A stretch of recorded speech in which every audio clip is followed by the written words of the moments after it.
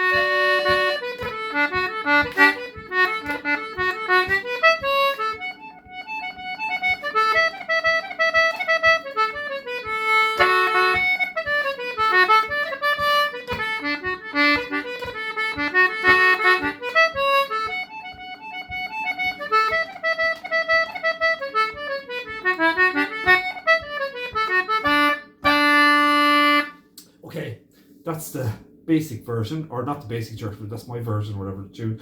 I just about got through it. It's very, very ropey, but it is a great tune. And look, as always, tunes are widely available on the internet. There's just so much music on the internet that's written down and presented. So there's so many variations. You'll be able to pick up the tunes and music on the internet, no problem, written down if needed, etc. So this is I'm going to play this tune very, very slowly now.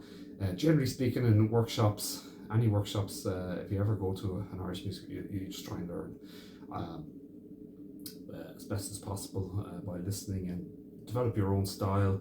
I suppose in terms of concertina, I'm really only talking about efficiency in terms of playing, and I'm not there's so many tricks of playing the concertina, and I am not I'm playing a long time since I was a child, but I'm not a workshop instructor or teacher, and this type of project is only for myself, putting up tunes on the YouTube channel. It's really just a resource. There's loads of teachers, brilliant teachers out there on the internet, but this is just a personal project. So anyway, Charles O'Connor. So the first thing I say, and I say this all the time, learn to know your keyboard in terms of all the notes around the concertina. Know them all. Know where the notes are, so that from time to time you can interchange them. This is more on the technical side, nothing to do with musicality. It's just to do with the technical side of playing it. So for example, generally speaking, most of my high Ds I use on the left hand side, and most players do that as well. But there are tunes that can be nice that you can play the high Ds and high E's on the left hand side as well. So for this one, I'm using so for example, just as a thing, like to play the first part, if I use the I haven't tried it now, but if I played it using the high Ds on the left hand side, so it's like.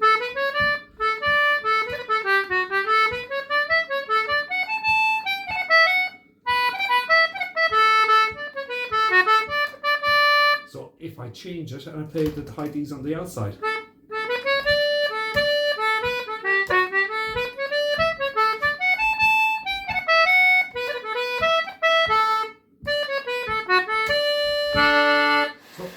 a different kind of a layer to it, and not as efficient as playing for this tune. But I'm just saying you can interchange it. So I'll just say know your keyboard so well that you can to play tunes and change the fingering layout that you're using on it. So that's all I'm saying on it effectively. And that's just an example, and you can do that for any, like there's 3 A's on my concertina on the left hand side, so I've got an A here, which is a snap. I also got an A on the inside for the row, and there's an A on the press. And depending how your concertina is set up, if I want to double octave play the A, low A, then I use the A in the press. I've got a low A. This is just an example. So just one thing is know your concertina inside out, that you can interchange notes. The same as on the high. There's high G's on the right hand side. You've got 3 high G's, at least on my layout. So you've got which is the one I mostly use, and then but you've also got a high G on this on the third in the middle row, and you also have on the pull as well on the draw on this side. So it's just know your, and keep saying know your concertina, so that you can play all the ornamentation is based not based, but if you can interchange between the notes, then you can change your ornamentation, you can change style, you can change the sound. So there's so many and that's just pure technique, nothing to do with musicality or anything like that. So again, it's just to know that. So I'm going to play this tune very, very slowly.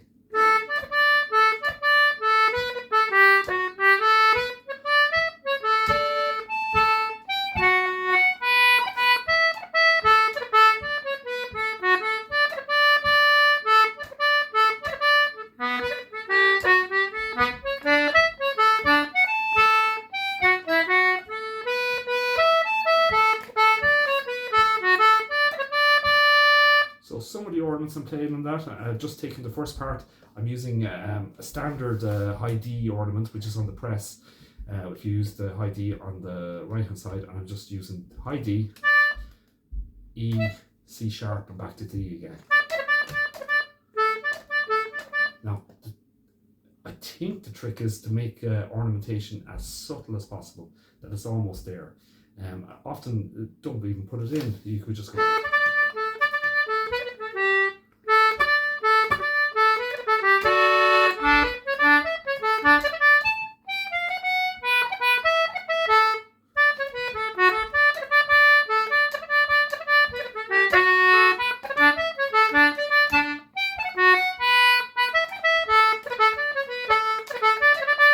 So again, just messing around with the tune.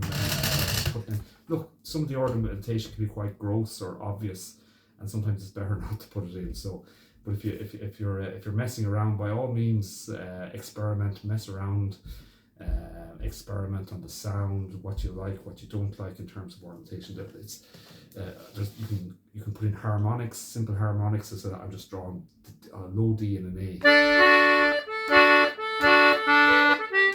Because most of the tune is in D. You can do cuts like with BDB, standard cut, which is BDB. So there's loads of that type of stuff. Those cuts can be used in lots of notes, standard cuts. So it's almost like you're using the next finger close to the main finger, and you're just grace noting it. So BDB.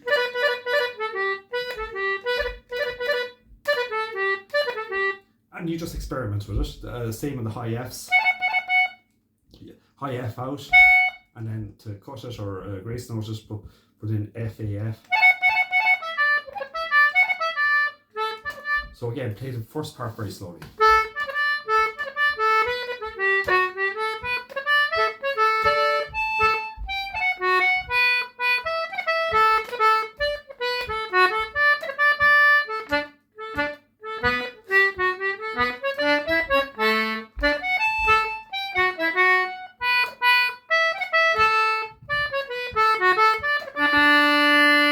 Second part.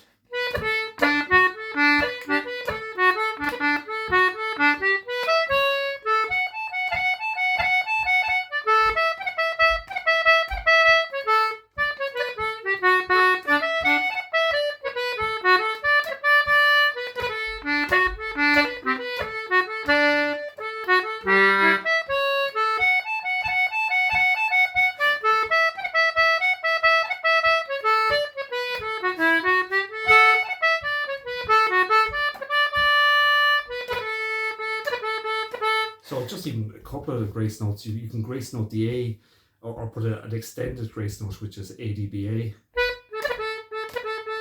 Again, I try and make it as subtle as possible. Some would say maybe not even put a extended note.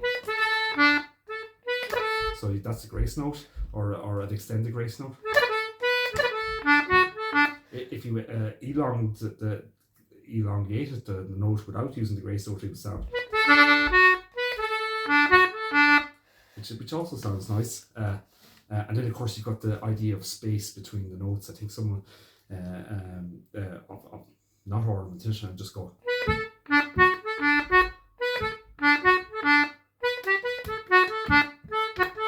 Which is more kind of staccato, as there's more space between each note. So look, there's loads of things you can do. So I'll play the second part very slowly.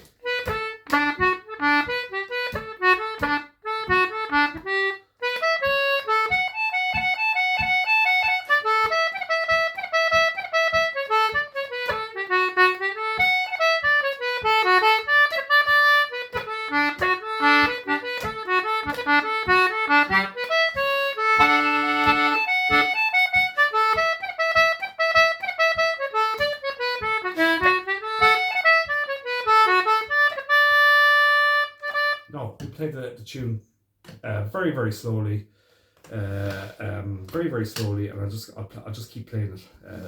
First part twice, second part twice. I'll play it very, very slowly, and I can change it from time to time and change the various. Sometimes I'll put in maybe ornaments, and then others I'll take it out,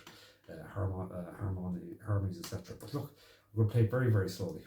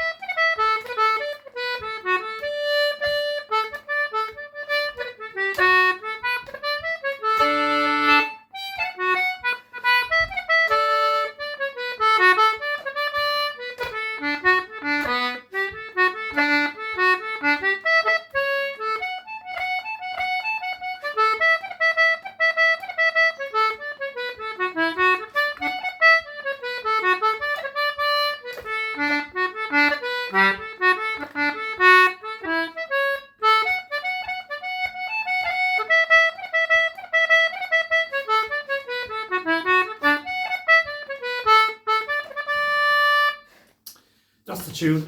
I just recommend just getting a version of it off the internet, the notes, play around with it, put in your own ornamentation, know your concertina in terms of layout, and enjoy learning a new tune. It's brilliant. It's a great thing to do in terms of